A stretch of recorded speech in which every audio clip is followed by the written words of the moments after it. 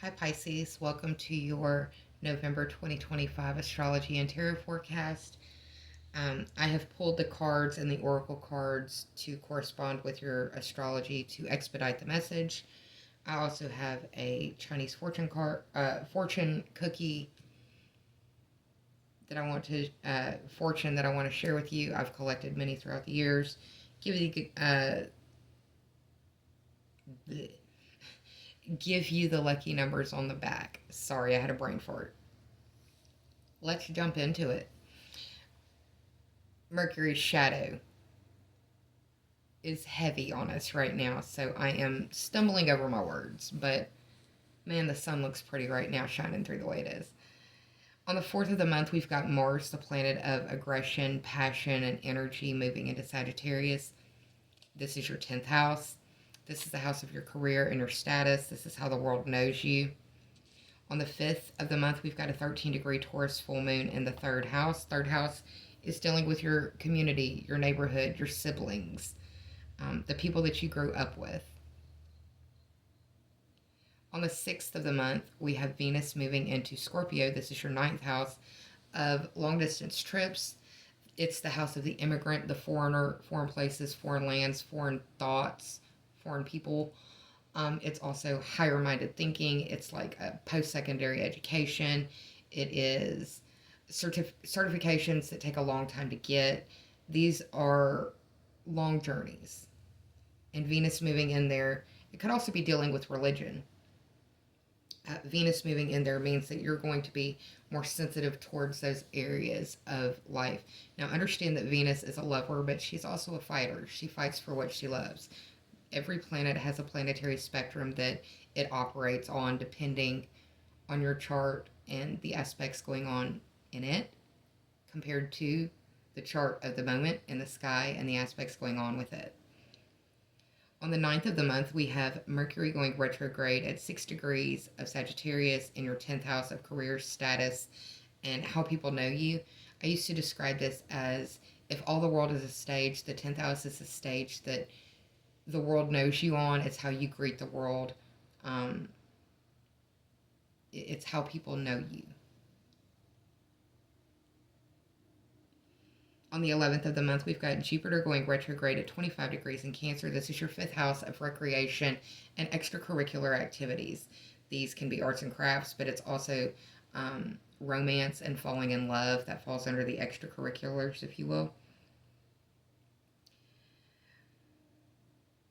On the 12th, we have Mercury retrograde conjoining Mars at 6 degrees of Sagittarius, and I feel like there will be another internet outage or a hacking scandal that comes about.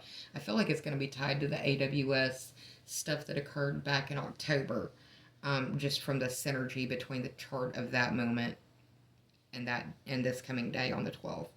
This planetary energy is occurring for you again in the 10th house. A lot of focus in the 9th and 10th house for you. Long distance trips and the education that it took for you to parlay into that 10th house career, if you will. On the 20th, we have a new moon in Scorpio at 28 degrees. This is in your ninth house. The idea of religion and going back to school and learning new languages, these are all ideas that are ninth house topics that could be rolling around in your mind for a little while. I say take up on it. It's never a bad thing to want to learn a new thing. On the 21st, we have Mercury retrograde conjoined Lilith at 26 degrees of Scorpio. I feel like we're going to hear about Jeffrey Epstein or Ghislaine Maxwell on a mundane level globally, just because Mercury deals with news from the past. Lilith is pretty potent energy dealing with feminine energy that has been wronged, and the Scorpio, it's just the layers that I'm reading into that. This energy is happening for you, Pisces, in the ninth house again, the house of religion, the house of higher education, higher thoughts, foreign people, foreign places, foreign things. On the 22nd of the month, we've got the sun shining a spotlight on the house of Sagittarius, your 10th house. We need to follow wherever the sun goes. It's directing our attention for a reason. Right now, that attention is being directed on your 10th house of career, status, and how the world knows you and how you approach the world. On the 25th, we have Mercury retrograde conjoined Venus at 22 degrees of Scorpio. And for my notes, I ask who died because Mercury retrograde conjoining Venus, I feel like it will be a female or a highly beloved figure. 22 degrees is, in degree theory, a kill or be killed degree. And y'all can come back and let me know what happened in the comments because I'm genuinely interested. This energy, again, is happening for y'all in the 9th house of long distance trips, higher education, religion, philosophy, the things that you have to sit down and really chew on. It's not just reading the Bible in one sitting and saying you know what the Word of God is. You have to return to it. Just an example. On the 29th, we have Mercury finally going direct at 20 degrees of Scorpio in your 9th house. The focus again, higher minded things, higher minded pursuits, long distance travel, long term thinking. Mercury's shadow clears fully on the 17th of December. So if you are taking a trip, a long distance trip, and you aren't or haven't booked it yet, get the trip insurance because you may need it. I wouldn't recommend a long distance trip during a Mercury retrograde, but I do know the holidays are coming up and people want to see their families. On the 30th, we have Venus moving into Sagittarius, your 10th house, career, status, the stage that you approach the world on, and how it knows you. Let's transition into the tarot and oracle cards that I've already pulled for you, Pisces. The first card that we have is the Four of Cups. Water sign energy, Pisces, Scorpio, Cancer. I call this the spoiled brat card because there are 3 very functional cups in front of this individual, but they're not focused on that. They're focused on the one that they can't have or don't have, or the one that hasn't made itself apparent or grounded in reality yet. So pay attention to what's in front of you and not what you want, per se. Now, if what you want is in front of you, then focus on that. But if it's not, don't waste your time daydreaming about that thing. Focus on what you do have in front of you. Utilize the resources that are in front of you. Find new ways to utilize them. Find new ways to mix them up and make them better, as opposed to hoping and wishing and praying for something that might not come. Second card is the King of Wands. King of Wands is fire sign energy. That is Aries, Leo, or Sagittarius. We are going from Scorpio season into Sagittarius season in this reading.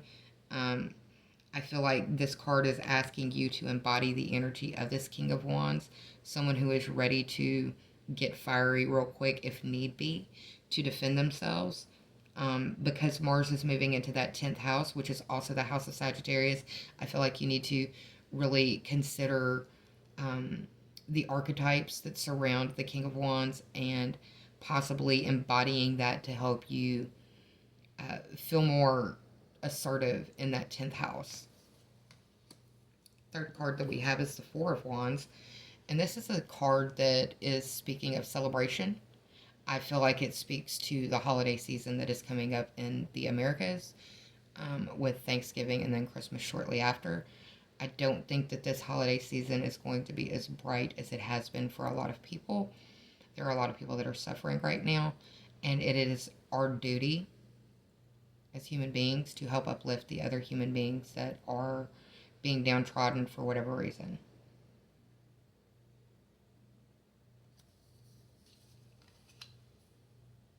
Final card. This was on the bottom of the deck. This is the Hanged Man, and this is where I feel like that crisis of faith is kind of showing up for you, because of the heavy 9th house focus. If it's not a crisis of faith, then it's a crisis of education, or a crisis of faith in the structures that you thought would be protective but are showing themselves to be woefully rot at the core.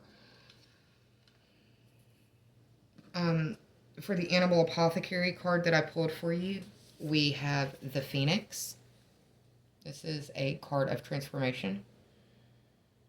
You may be undergoing a radical transformation of thought and spiritual practice. It's not a bad thing to grow or evolve. Now, I was so moved by the passage that went with this particular card. I'm going to read it to you because I feel like it's important and I feel like you will get something from it. Phoenix is an ancient bird that will burn himself every few hundred years to be born anew. He diligently builds his nest with cinnamon and frankincense. Then, with the clap of his wings, he ignites his nest into a blazing fire. He endures a night filled with roaring flames and insurmountable pain. But when the sun begins to rise, he too emerges from the ashes, more brilliant and mesmerizing than the human mind can fathom. Phoenix comes with informative medicine.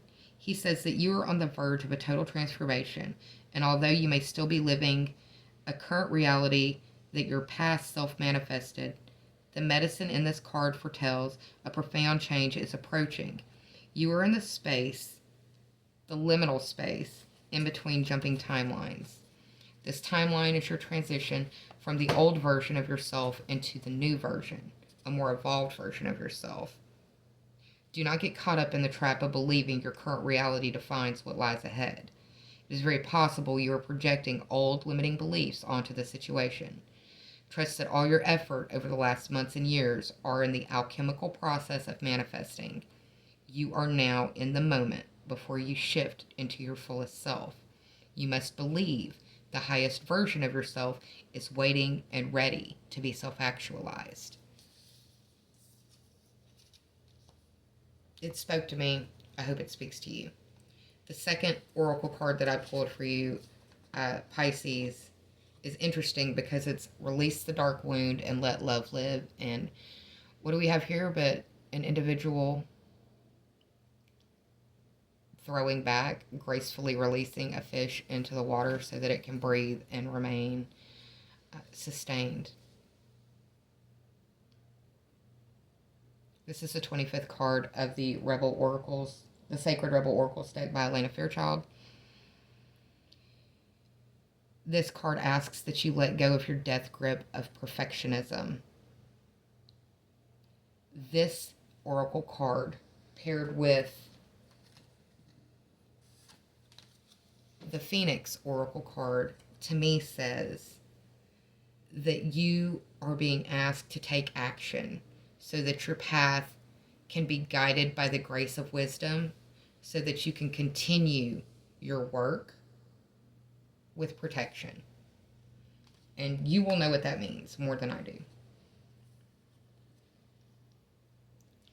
The final card that I pulled for you from the Psychic Tarot Oracle deck from John Holland is the Truth card. And I feel like with all of the 9th, but especially the 9th and the 10th, but especially the 9th house focus, there is a reckoning around you. And you are experiencing a version of truth that you may not have ever realized existed, or that you may have denied that existed. The Truth card indicates that you are undergoing a spiritual awakening and that you are facing the revelation of a truth or the truth. A significant change is coming. But you still, at this moment, have the authority to change and decide what that change is going to be before the universe decides for you. I want to say Saturn is back in Pisces now. I believe it is. Saturn and Neptune are conjunct. Hanged Man energy, very foggy, very uncertain. Sometimes we need a wake-up call to grab your attention, and this card is that message. I also pulled a little fortune cookie for you. I've collected them throughout the years, and I like using them. I think that they can give us some profound little nuggets of wisdom. It says, never ignore a gut feeling, but never believe that that is enough. And the lucky numbers are 6, 23, 12, 43, 40, and 55. I hope you're well, Pisces. Take care of yourself, and I will see you for your December reading. Bye.